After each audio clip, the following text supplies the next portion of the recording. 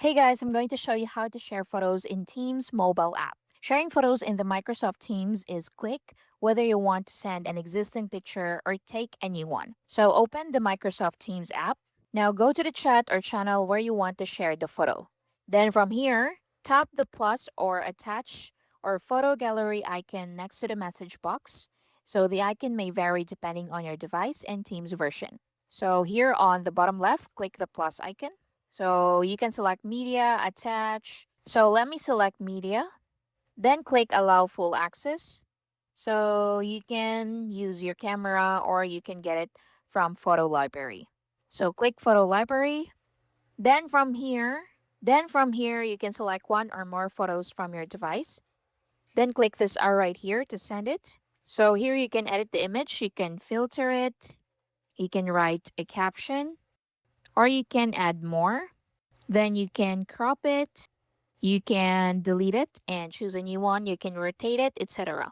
So once you're good with that, just click this R right here to send it. You can also add an optional message, and that's it. If you want to capture a photo without leaving Teams, you can open the chat or channel, then tap the camera icon, then click allow.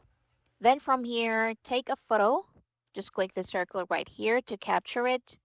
Then you can edit or crop it if needed.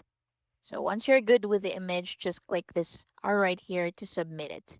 Hey guys, quick one before we continue. My team and I publish step-by-step tutorials on useful software, apps, and tools to help you get things done every single day.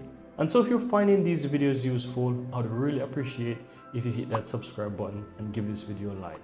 And of course, so that you'll never miss out when we release more tutorials just like this one. Now, let's continue. So most recent versions of Teams lets you select multiple images from your gallery before sending. So you can just simply tap and hold the first photo, then click edit message.